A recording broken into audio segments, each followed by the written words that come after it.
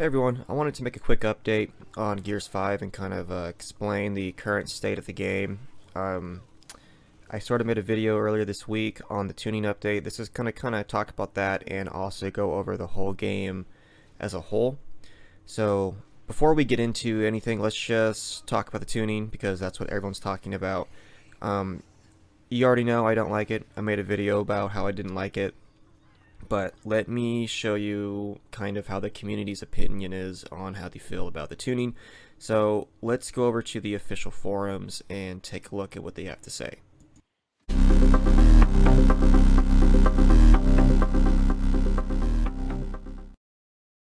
Okay, so we're on the official forums, and if we take a look here at all the threads, I like using the forums as an example because, you know, your true Gears fans are going to show up here. Not your true Gears fans will be on Twitter, or some of them will be on Reddit, not so much, but your real Gears fans are going to be here communicating on the forums. I don't really come here too often. It gets a little toxic, but occasionally I do like to have a read. So anyways, just take a look at some of these threads here. I mean, next huge multiplayer update. I mean, if you click on these threads, you can see, and I'm not going to show you all of them, it'll take forever, but no one is happy with this update. You know, you have fundamentally broken your game. Slow movement ruined the game. Universal tuning was a bad idea. Although I don't necessarily agree with this, but if you click on it, read the comments, people are complaining about the tuning. TC, the Coalition, Thanos themselves, the update sucks, bad movement, please don't ignore this. If you click on this, it talks about how the bad movement is. Make a poll about tuning. There's already been a poll about tuning. Well, there's been several polls about tuning. Pretty much all of them have been negative, besides the single poll where a pro player did one on Twitter, but that, you know, there was tons of biases. Pretty much all of his fans just voted the way he did, and then he later on admitted to him saying that he did not like the tuning, so no. All the polls say it's crap. No consistency in PvP tunings. I mean, and then they locked all the threads because they want to just have a big tuning thread. You know, no, we don't want duplicated threads. But the problem with that is if you lock all the threads and you force everyone to kind of come in here, it just it sort of seems like not everyone is on the same page, because not everyone really wants to go through and read every individual comment to see what they like or what they don't like. But if you go on to the first page when you log in and you see all the different threads saying the same thing, it's a bigger slap to the face when you see that, because you see how everyone doesn't like it. But when you just kind of like click on a single thread with 200 comments, no one wants to go through and read every single comment and see who's arguing about what and why they believe a certain way. Like, I'd rather just kind of see, okay, the whole community hates this. This was a bad idea. So I don't really understand why the Coalition does this. It's just so frustrating. I mean, the Coalition had to have known that the majority of the community didn't want this, because when the current tuning system that is in place now was in beta tuning, everyone constantly said they didn't like it, and when the rumor spread that they were going to apply that across the game, the community was almost like outraged, like they didn't like it. And then there was like, it's just, okay, why are you doing this? I mean, I have a hunch, and I'll explain why, and I sort of talked about this in my other video. I mean, there was that one moment where it may have been a developer, I don't know. Somebody said that they did a polling with some pro players, and they argued that the pro players preferred the slower tuning. However, they never showed us the results of this. I don't know how many pro players they gave that polling to, and I don't believe that pro players should be dictating how this game is made, because are they pro players? Okay, sure, but I mean, what's pro? I mean, you can go on Twitch and watch pro players get spanked by randoms, and I'm not trying to put anyone down or anything like that, but it's like, just because they said something doesn't mean this is the best tuning. And as you can see, the majority of the people who play this game, the majority of the people who drive the funds for this franchise don't like this. So why are you doing it? Like, the logic doesn't make sense, which is why I come to the conclusion that trying to argue that it's more competitive, quote unquote, because some pro players said they preferred it that way. I don't think they even said that it was more competitive. I think they just said they preferred it slower. The problem, or rather, what I'm trying to say is, I believe that's just like, that's like an scapegoat sort of excuse to hide an underlying agenda, which is, it has nothing to do with what's competitive or not. It has nothing to do with what the community wants or not, or even what pro players want or not. They are trying to streamline this game to get it out to as much people as possible, because this is Xbox's or Microsoft's, you know, like Xbox has got Halo, which has, you know, again, has failed in my opinion, and then they have Gears, so it's like Xbox doesn't really have a whole lot of titles to work off of. So they need to sell this as much as possible and have it be more appealing to a larger audience as much as possible. But I don't believe that's good when you're doing that at the expense of your true fan base. And I would even argue that this community hasn't really grown even after they started to streamline this game. So why are they continuing to do? They must know. I don't believe that a company like the Coalition doesn't have statistics or sales numbers to know that their efforts are going nowhere. Like, they must know that the community concurrent players is down. They must know that not everyone is downloading this game and that has never played it before and is now playing it consistently, and they're doing this because of the new tuning. They must know that's fake. So I don't know why they're doing this. Maybe they know it's failing and that's why they're doubling down on it, because this is like their last ditch effort to try and streamline this game and try and get it to like sell like Call of Duty or Fortnite or something. It's not going to. The game is too difficult for someone who hasn't been playing this game for 10 years. And yeah, you can get into it and push yourself and try and learn the mechanics of this game, and of course you can get good, but it's like, no one really wants to put in that sort of effort. It's so easy to get a kill in Call of Duty. It's so easy to get a kill in Fortnite. It's not easy to be successful in Gears of War. So they're trying to streamline this game, slow the tuning down, make it less competitive, make it harder for good players to own noob players, and make it easy for new players who've never played this game to walk up, bot walk, and one-shot someone. So that's what I think they're trying to do, is just try and get this game to be as appealing as possible without officially just, you know, making this no longer a Gears of War game.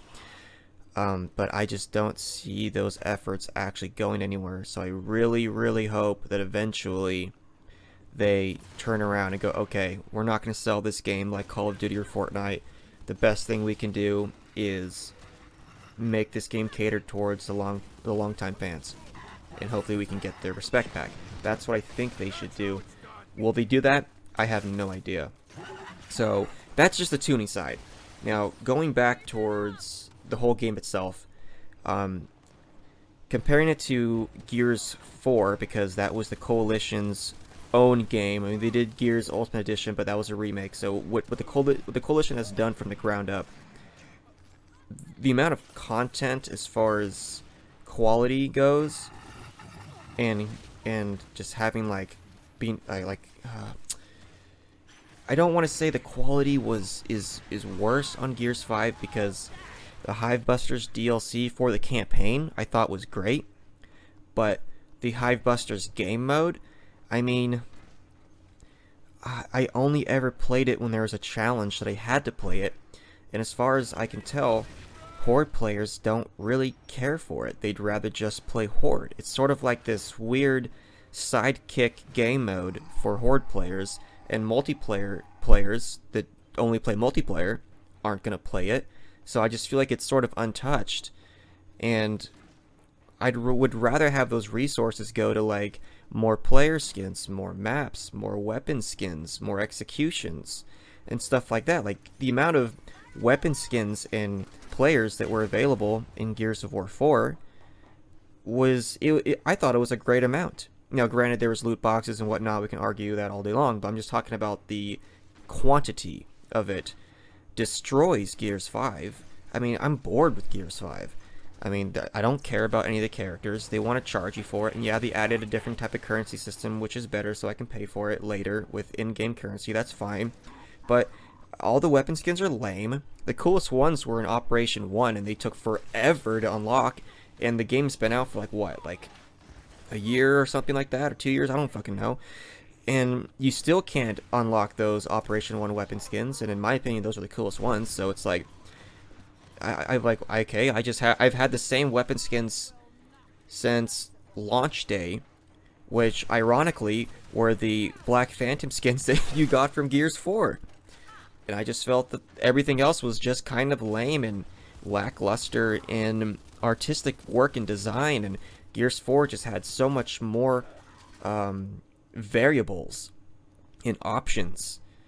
So and their excuse is, well, all the resources are going to Hivebusters, all the resources are going to this and that. It's like, okay, well, I believe without a doubt in my mind that Horde players and multiplayer players would prefer more maps, more weapon skins, more character skins than trying to reinvent the wheel with this new Hivebusters game mode. Now granted, I'll say it again, the campaign DLC was great, I enjoy that, but everything else about this game is just kind of okay. The maps are okay. There's nothing like, wow, dude, this is going to be like another like classic Gears 5 map that when Gears 6 comes out, I'm going to wish that this is a remake of that. It's like, no, that doesn't exist. I mean, shit.